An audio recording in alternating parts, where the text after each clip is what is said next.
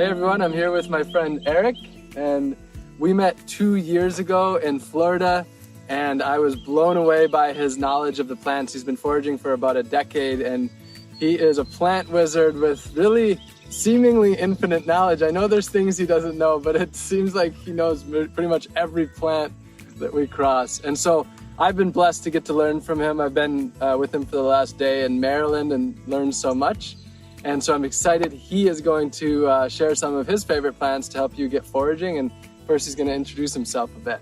My name's Eric. I'm a plant lover, permaculturist, and an avid forager. And I'm just really grateful to be here with y'all today and share my top 10 wild edible greens for the Mid-Atlantic. And there's just such an abundance of food in these fields and forests. So let's go see what we can find.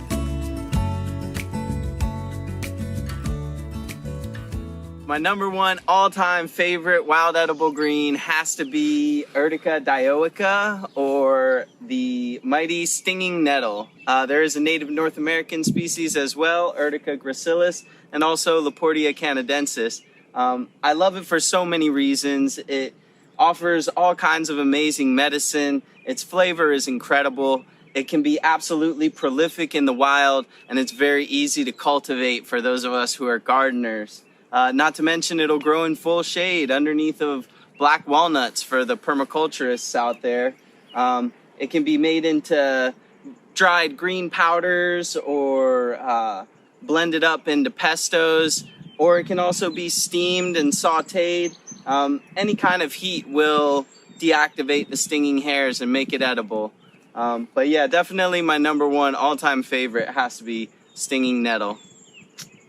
So number two on my list of wild edible greens has got to be chickweed. This is another great friend to really connect with and bring into the kitchen. So this is Stellaria media. Common name is chickweed. And I love this one because it's pretty easy to identify. It has these really cute little star-shaped flowers on it and opposite leaves. It's really cool and juicy, and the flavor is really awesome. It's one that I do like to cook because it's a little bit higher in the oxalic acid department, but it also makes a great pesto and can be dried into powders. So yeah, I would definitely say number two on the list is chickweed, and keep an eye out for this one in the spring and fall. It'll disappear in the summer. So number three on my list is lamb's quarters. This is one of the first friends that I really got tuned into when I was first starting to eat something wild every day. The Latin name is Chenopodium alba, and it's just an absolute superstar from the spinach family. It's one of the most nutritious plants on earth. It's also one of the highest wild greens in oxalic acid. So this is one that I definitely like to cook it up. I like to steam it, boil it, pan fry it, anything to help cook out and denature those oxalates. But after that, it's an absolutely flavor-packed, incredible edible. This is one that should be in all the 4-star restaurants, and it should definitely be on everyone's plate. So Chenopodium alba, lamb's quarters, number three.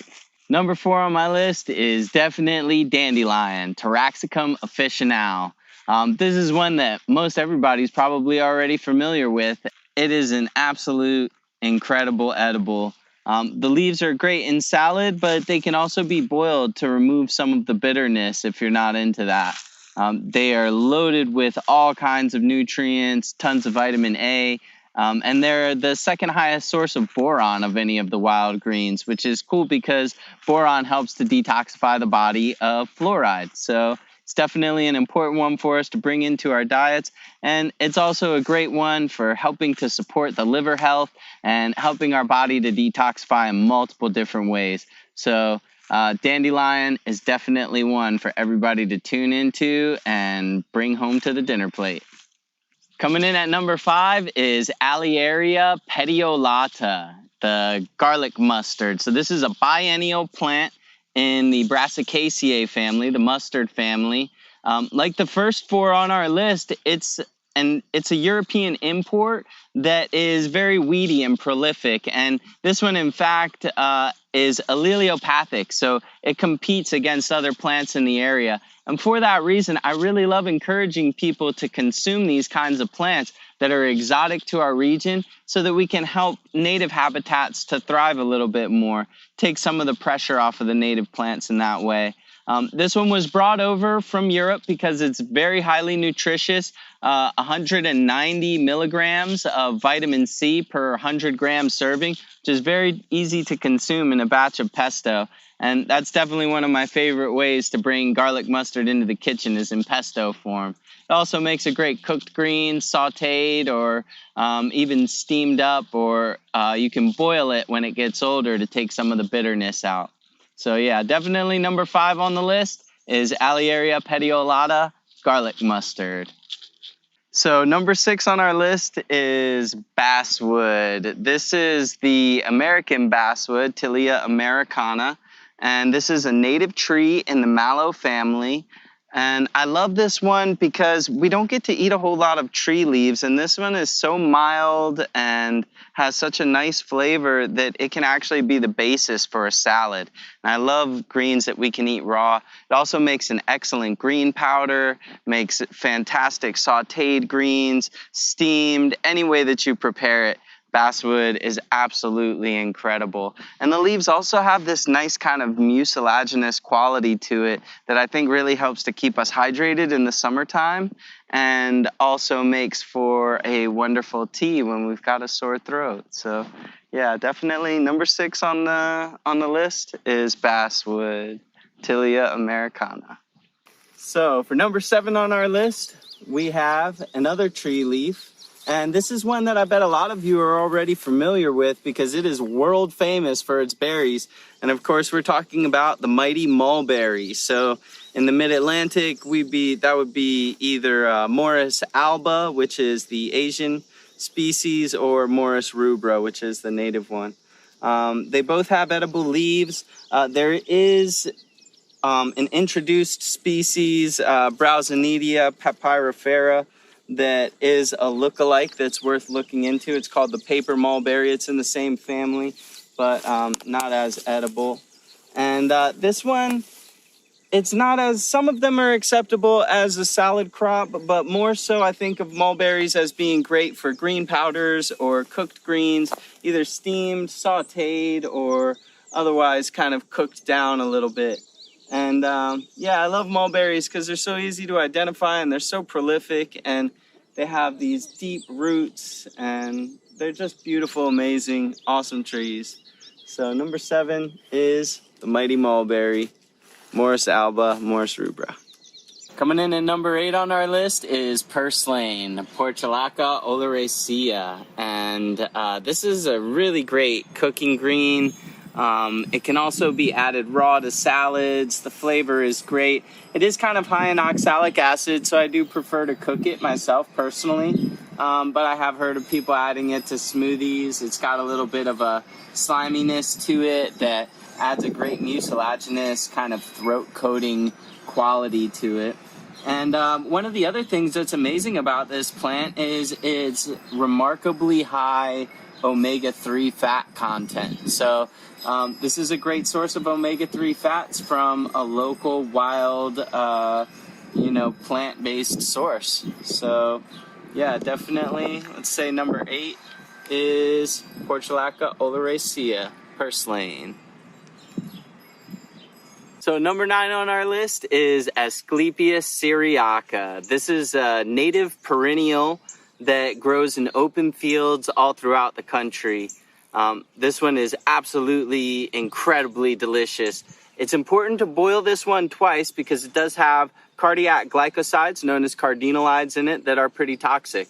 So I like to boil it in 2 changes of water. Another thing to be aware of with this plant is that it looks very similar to another native that is poisonous, and that's dogbane. So this is the dogbane right here, and you can see that they obviously grow in the exact same habitat. And so superficially, it can be difficult to tell the two apart, but when you get into the core of it, you can see the inside of the milkweed is hollow, where the inside of the dog bane is solid. And so that's a very key distinguishing feature that makes it easy to tell the two apart. Asclepias syriaca, number 9. Coming in at number 10 on our list is the mighty Bidens, beggar's ticks, Spanish needles, and with this one we'll go ahead and say the entire genus. As far as I know, every species is edible. Some are definitely better than others, I've noticed. This one in particular is Bidens frondosa, and this one is a great weedy summer superstar. It's in the aster family and has a little bit of kind of bitter sappiness to it, so I do prefer to either boil or steam it before using it for pesto. But an absolutely incredible cooking green, loaded with nutrition, and also has a medicinal component to it as well, being very popular as a gentle but effective antibiotic. So yeah, and the common names beggar's ticks and Spanish needles are a reference to the seed. And so that makes these very easy to identify, and you'll see them all over the place once you start looking for them. Number 10, Bidens. So thanks so much for taking the time to get to know my top 10 wild edibles for the Mid-Atlantic. And wanted to give a special shout out to definitely Rob Greenfield and your team. Thank you so much. Definitely want to give a lot of love to the folks at Meta Creative for helping me with all this filming and putting together all the shots and scenes, and just making this whole process so much more approachable for me. Thank you for your help and patience. And definitely wanted to give thanks to the Reed Center in Middletown, Maryland, Chesapeake's Bounty in St. Leonard, Maryland, and Plant Path Nursery in Knoxville, Maryland, are hosting some of these video segments. And yeah, so thanks so much. Peace. I hope that you got a lot out of this video and can now implement these things into your life. Eric is a plant educator, an earth lover, and a permaculturist with so much knowledge to share with us.